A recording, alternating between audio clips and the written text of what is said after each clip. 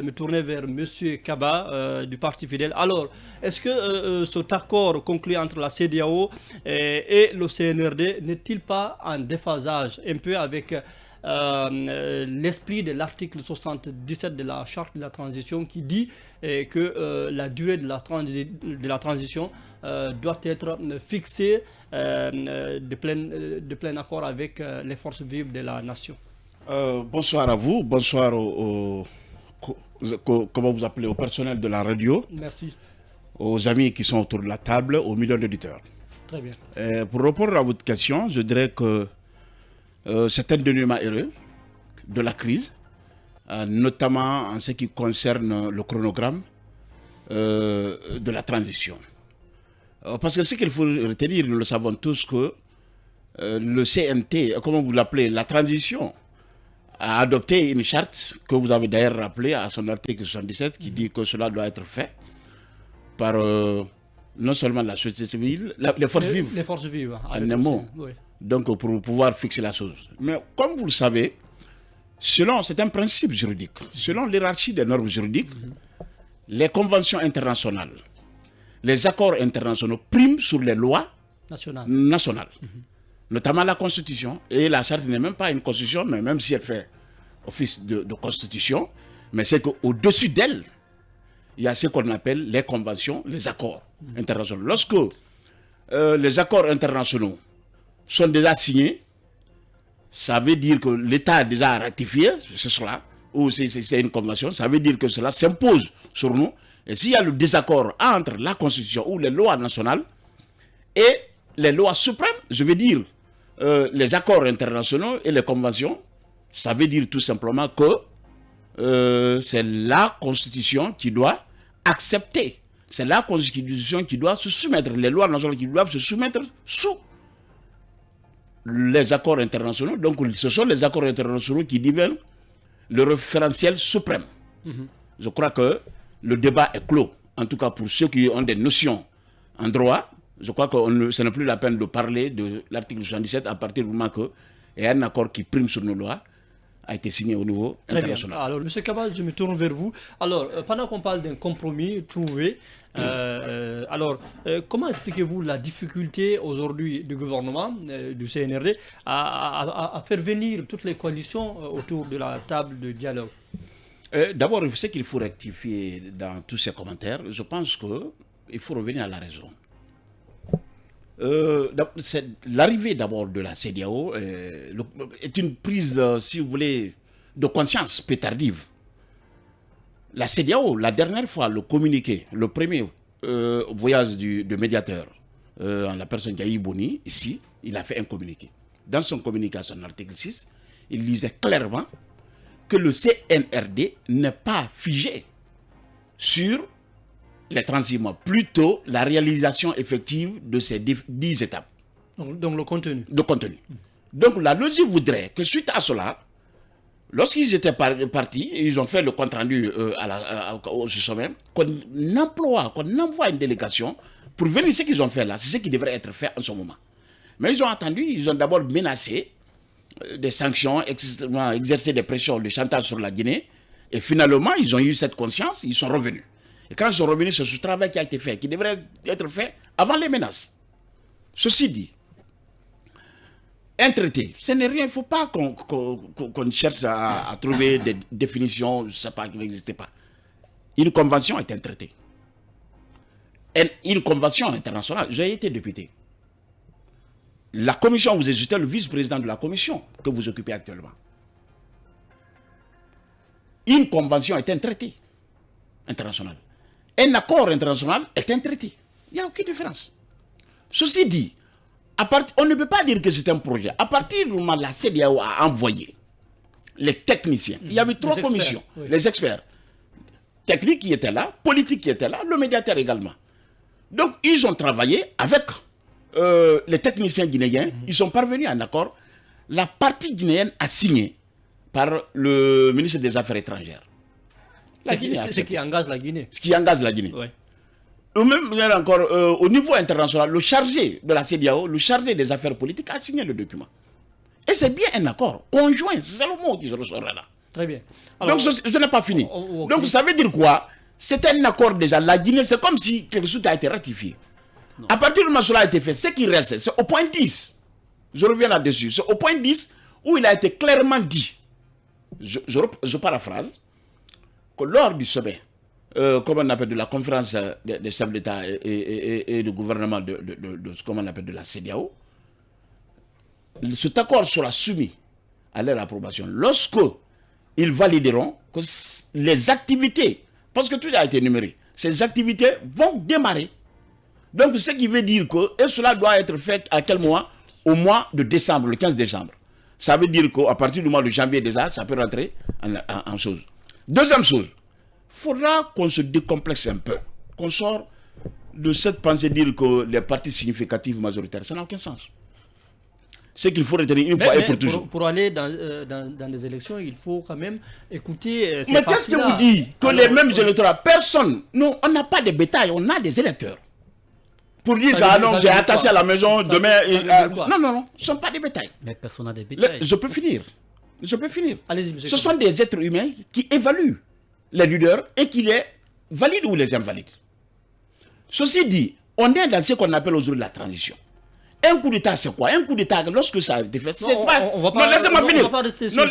Laissez-moi, je finis là. On va évoluer parce que... Je finis, parce que ce débat-là, je vous en prie. Je vous en prie. Parce que cela là, à chaque fois on parle de parti significatif, ça n'a aucun sens. Le coup d'État est fait contre la démocratie et non pas contre quelqu'un. C'est contre la démocratie. Ça veut dire quoi? Lorsqu'un coup d'État a lieu... De quelle démocratie parliez-vous? Qu'est-ce que je veux dire? Quand on parle de la démocratie, ce sont des élections. Ce sont des voix. Ça veut dire que l'opposition a ses voix. Donc le compteur est remis à zéro lorsque le coup d'État a lieu. Ça veut dire quoi?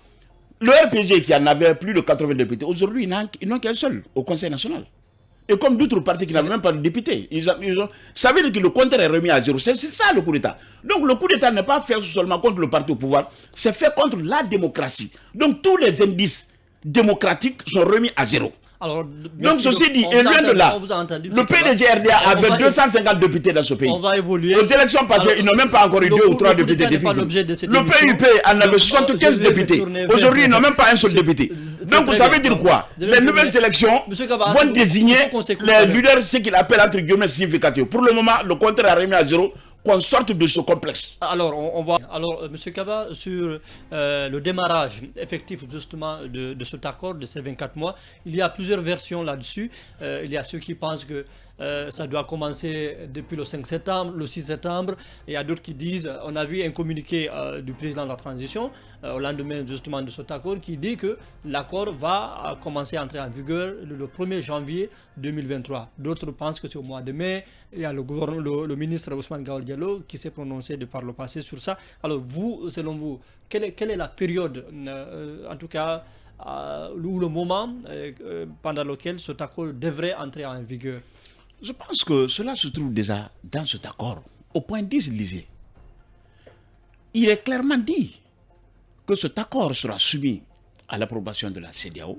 Déjà, ce sont les délégués, les techniciens de la CEDEAO qui sont venus élaborer ce programme-là. Que lorsqu'ils vont valider, la mise en œuvre des activités commencera. Donc, je pense que c'est ce qu'il faut retenir là, et parce que cette réunion doit avoir lieu au mois de décembre, le 15 décembre. À Abuja. Donc, 2 semaines après, si le gouvernement guinéen dit que ça rentre en vigueur, mais je pense que, même si mais par après, donc, on a vu un contre-communiqué de la CEDEAO qui disait que non seulement que l'accord n'était pas encore entériné, mais également la question du début, du démarrage. Oui, mais le début, n'était pas tranché par la CEDEAO. S'il y a le désaccord, ça ne passera pas 2 semaines. C'est-à-dire, on peut dire que le 15, ils se réunissent et ils se disent que voilà, nous tenons que ça rentre en vigueur à partir d'aujourd'hui. Même si cela se fait, ça sera le 15, 2 semaines après. Que la date du chose pourra... Donc ça, il n'y aura pas de différence. Ce qu'il faut retenir aussi, il faut appeler ça comme un accord sérieux, non pas un projet. Les États-Unis ne sont pas militants. C'est un État sérieux là. Comment vous appelez l'Union européenne? L'Union européenne, oui. N'est pas une organisation fantôme. C'est une organisation sérieuse. Lorsque ces entités se mettent à féliciter, à adhérer à la chose, ça veut dire déjà que franchement c'est un programme. Ça peut aussi être un encouragement. Oui, tel qu'en soit, mais ce sont des organisations aussi sérieuses aux États qui ne peuvent pas se permettre de soutenir quelque chose qui n'est pas soutenable. Donc sur ce, dépassons le débat, faisons appel à nos frères qui sont dans la rue de revenir à la raison autour de la table pour qu'on puisse discuter et trouver une solution adéquate à la préoccupation sociétale. Très bien. Mais vouloir rester dans la rue, jeter des pierres, nous registrons à tout moment des morts d'hommes, des vandalismes des biens publics et privés, je crois qu'aucun de nous ne gagne de cela. Très bien. Alors, c'est compris. Je pense que Ils ne seront pas candidats pour une précision. Rapidement, très rapidement, la précision avant d'aller à la pause. Voilà, une précision. Je voudrais lire, ce n'est pas le point 10, c'est le point 9. J'ai la chose, Très bien. je suis d'accord en face. Allez-y. Donc, il est clairement dit au point 9 que la mission recommande au médiateur de la CEDEAO c'est ce que je dis, la mission recommande au médiateur de la CEDEAO pour la Guinée de présenter ce chronogramme à la prochaine session de la conférence des chefs d'État et de gouvernement de la CEDEAO pour son approbation. Le mot est important, pour son approbation afin de déclencher sa mise en œuvre. Approbation, ça veut dire quoi? La validation. La validation, ça ne veut pas dire invalidation. Donc, ça ne veut pas dire le jugement favorable. Ce sera la définition, approbation. Donc, il n'y a pas d'accord pour l'instant. Non, c'est un accord. Non, c'est un accord. C'est important, nous parlons à des gens qui nous disent laissez-moi finir. Oui. Donc, ça veut dire son approbation. Ça veut dire pour sa validation, non pas invalidation. Très bien. C'est un jugement favorable qu'on attend maintenant d'eux. À partir du moment que cela a été fait, ça a été signé par des personnes déployées. L'ambassadeur en charge de comment on appelle, des affaires politiques, de paix et de sécurité. Vous avez oublié le verbe d'action, recommande. Nous allons revenir. Recommande. Je crois que la crise, mais ce qu'il faut retenir, l'approbation, c'est une recommandation. Vous ne me laissez pas parler là. Monsieur Baldé, pour tous ces éclairages, nous allons revenir, nous allons en parler dans la troisième partie. Pour le moment, nous allons aller avec la page publicitaire pour nos obligations. Voilà. Monsieur Kaba, qu'est-ce que vous en pensez sur le sujet? D'abord, ce qu'il faut retenir, il ne faut pas s'attendre. Bon, c'est bien possible, comme Napoléon disait que, c'est-à-dire, les hommes politiques, la politique, les gens peuvent revenir à tout moment, l'expression, bon, les gens peuvent revenir à tout moment sur les choses qu'ils ont rejetées. Je crois que M. Keita a rappelé tantôt que Fodéoussou avait clairement dit qu'ils ne vont pas recevoir ce qu'on appelle les facilitatrices. Mais avant-hier ou hier, nous avons vu Kalemodou Yansane qui dit que la porte est ouverte comment on appelle, au Premier ministre. Donc les lignes sont en train de bouger, selon vous? Oui, bon, non, je ne dis pas ça, mais c'est ma façon de dire que, c'est-à-dire dans leur conception, dans leur façon de faire, ils peuvent revenir sur les choses qu'ils ont toujours rejetées. Est-ce que vous voyez? Donc, c'est à mieux alors. Si mais il ne faut pas s'attendre surtout. Le moment, oui, pour eux de venir à la table d'accepter cette main tendue du gouvernement, je pense que c'est à mieux pour la Guinée. S'ils acceptent. Mais je ne pense pas qu'ils peuvent accepter. Pourquoi? Nous avons écouté Dr Fodéoussou ici, qui a dit que lorsque nous avons été rencontrer le médiateur, c'est-à-dire chaque coalition a fait une communication dans les médias. Lorsque les Équateurs sont partis, à leur sortie, qu'est-ce qu'ils ont dit?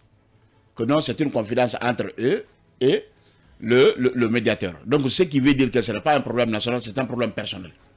Entre-temps, si... La preuve est là, laissez-moi finir. Laissez-moi finir. Donc, ce que je disais, que l'absurdité, c'est Napoléon qui dit, l'absurdité n'est pas un obstacle en politique. C'est le mot là que je recherchais. L'absurdité n'est pas un obstacle. À tout moment, les gens peuvent se renverser. Donc, c'est pour dire, quand nous avons quitté les lieux, entre-temps, il y a un communiqué. Le communiqué de médiateur disait quoi? Que, c'est-à-dire qu'il appelle d'abord, si vous voulez, ceux qui refusent de revenir autour de la table de venir. Il demande également au gouvernement d'actualiser le cadre de concertation, ce qui fut fait. Aujourd'hui, c'est le cadre de dialogue qu'on a mis en place parce que c'est eux qui étaient dans le formalisme de ce genre. Donc, maintenant, le lendemain, qu'est-ce que Fodéoussou était venu chez vous ici, à la radio? Le lendemain, le deuxième jour encore, nous avons vu Silla qui disait qu'ils ont des préalables. Préalables, ils veulent que la poursuite contre, si vous voulez, certains leaders politiques soient abandonnés. Ils veulent que les leaders politiques qui sont détenus, les Kassor et autres là, soient relâchés. Ils veulent que les patrimoines bâtis, en tout cas ceux qui ont été déguerpis, qu'on les restitue leur maison. Ils veulent qu'on recompose le CNT. ils veulent qu'ils veulent que. Donc tout ça, ce sont des choses totalement aberrantes qui ne peuvent pas fonctionner. Donc ça veut dire quoi? Ils ont des conditions personnelles, ils ont des préalables personnels. Donc tant que ces problèmes, ça a été soumis ici, hein? Ça a été dit ici. Donc moi je pense qu'il ne faut pas s'attendre à l'arrivée de ces gens-là. À moins qu'ils aient d'autres raisons, c'est-à-dire d'autres motifs qu'on ne sait pas, qui fera qu'ils peuvent venir autour de cette table. Mais ce qui est important aujourd'hui, c'est que le CNRD est engagé et est resté impétueux. Il ne veut pas céder à des pratiques de genre. Donc absolument, il faudra les accompagner parce que ce qui est en jeu, ou ce qu'il faut retenir une fois pour toujours, le péché aujourd'hui de CNRD, c'est d'avoir traqué les délinquants financiers, c'est d'avoir, si vous voulez, récupéré les domaines publics, c'est d'avoir assaini l'espace, comment vous appelez, administratif, ou l'assainir le fichier de l'administration publique.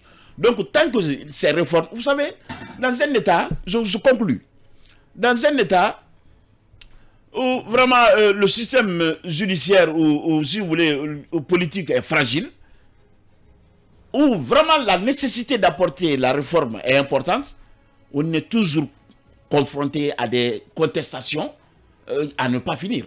Donc pour moi, le seul motif de ceux-là des Quator et leurs guignols, qu'on appelle FNDC, mais retirez le mot leur fantoche, j'assume, leur fantoche, leur mouvement CNRD, comment tu appelles ça, comment FNDC, ce mouvement fantoche qui ne roule que pour les plus offrants, je reviens là-dessus, qui ne roule que pour les plus offrants, s'il vous plaît, monsieur Kaba, c'est eux qui demandent des choses, donc pour moi, soyez respectueux des auditeurs. Non, je suis respectueux, c'est que je dis, j'assume. Pas un terme ici à l'antenne. FNDC n'est qu'un mouvement fantoche qui roule pour les plus offrants. Et je lui dis, je l'assume. Ça n'engage que vous. Voilà. Alors, monsieur Kaba, s'il vous plaît, n'entrons pas dans le débat de personne. Non, pas du tout. Je ne suis pas de ce genre. Avançons dans le débat. Je suis un homme transversal, voire même universel. Donc mes opinions sont de la sorte. Très bien. Ce que je voulais vous dire, mais il faut qu'on débatte des choses. J'étais avec eux, nous étions ensemble. Lorsque la transition a eu lieu, M. Keita, retenez bien, on a créé ce qu'on appelle CPP. Le CPP, le collectif des partis politiques. Toute la classe politique y était. J'avais ma coalition et tout le monde. Entre-temps, nous avons élaboré. Nous sommes parvenus à faire quelque chose, à faire des propositions. D'abord, chacun avait fait des propositions de 15 mois, 18 mois, etc. Mais lorsqu'on s'est regroupé, finalement, on s'est séparés. Je ne voudrais pas rentrer dans tous ces détails. C'est la question du porte-parole là, à l'époque. Oh, le porte-parole là, quand le président Daré a voulu monopoliser la chose, le porte-parole, on a refusé. Donc on a créé, nous avons créé ce qu'on appelle FPP. Nous étions avec le président Sylla. Tout à fait. Tout à fait. Donc FPP, alors, a mis en place ce qu'on appelle des commissions de travail. La commission qui devait s'occuper, je le dis, en âme et conscience, nous avons proposé 30 mois pour la transition. Donc tout ce monde-là, ces grands leaders, entre guillemets significatifs, n'ont pas le droit aujourd'hui, laissez-moi finir. Je dis en âme et conscience, nous avons proposé, c'était sur Abakar Souma, si vous ne savez pas. Non, et là, M. Bangoura, le général Bangoura y était. Laissez-moi finir, laissez-moi finir. Qu'est-ce qui s'est passé?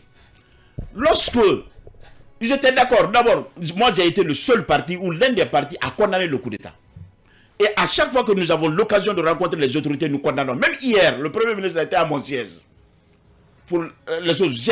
Nous avons fait un moment où nous avons condamné le coup d'État. Alors, est-ce que. Donc c'est pour dire que. Mais ceux-là. Laissez-moi finir. Laissez-moi finir. Parce que vous étiez quand même. C'est important de rappeler, parce que vous étiez à l'époque, au moment du coup d'État, vous étiez parlementaire. Pas à cause de cela. Je suis démocrate. Vous avez perdu des avantages. Si c'est le cas, mais si c'est le cas aujourd'hui, je devrais me mettre sur le dos du CNRD parce que j'ai perdu ces avantages, mais je ne le fais pas. C'est justement ce que je vais vous dire. Il ne faut pas se mettre à défendre ses propres personnels, mais l'intérêt public. Très bien. Mais lorsque nous demandons l'observance de la charte, est-ce défend notre intérêt? Laissez-moi finir, M. Baldé. Je ne vous ai pas interrompu. Allez-y, rapidement. Qu'est-ce que nous avons fait? Lorsqu'ils ont été déguerpis, je peux donner les dates si on avait le temps. Ils ont validé la charte parce qu'ils étaient à l'investiture du président. Un poussiste qui vient au pouvoir, ils se mettent à le valider. À travers, comme on appelle son investiture, c'est pas normal, mon cher ami. Non, ça dépend des conditions dans lesquelles il est venu au pouvoir. Tout à fait. Oui, mais quelle qu'en soit la condition, quelqu'un qui est parvenu à cela, alors s'ils ont accepté cette charte, si à partir du moment c'est la charte qui a défini le cadre législatif, le CNT, si vous n'êtes pas d'accord avec la charte, qu'est-ce qu'on peut faire? C'est de retirer ces hommes qui se trouvent au niveau du CNT. Mais ne le font pas. Non, mais Donc, on n'a pas dit. laissez-moi finir. Non. Il fait de l'amalgame. On n'a jamais dit qu'on est contre la charte. Je donne la parole. On a, non. Au contraire, on a demandé que la charte soit respectée. Laissez-moi venir, je conclus. Rapide. Mais il m'interrompt à tout temps.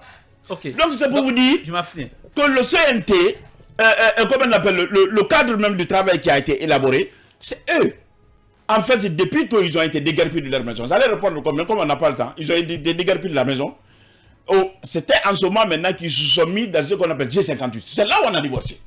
Nous Non, qui non, laissez-moi finir. non. Quand ils sont mis là-bas, donc c'est parce qu'ils sont en train de défendre les intérêts personnels, non pas l'intérêt collectif. Très bien. Donc c'est pour Ce n'est pas le cas. Encore une fois, M. Keta, je finis. Vous avez conclu. Retenez, je ne suis pas quelqu'un qui est violent dans l'expression de. Je ne suis pas injurieux. Très bien. Mais ce qui est clair, le FNDC a trop abusé. Le mot dire que ce sont des manipulés, si cela peut être considéré comme de l'injure, l'organisation des manifestations aujourd'hui injustes et les conséquences sont plus dangereuses.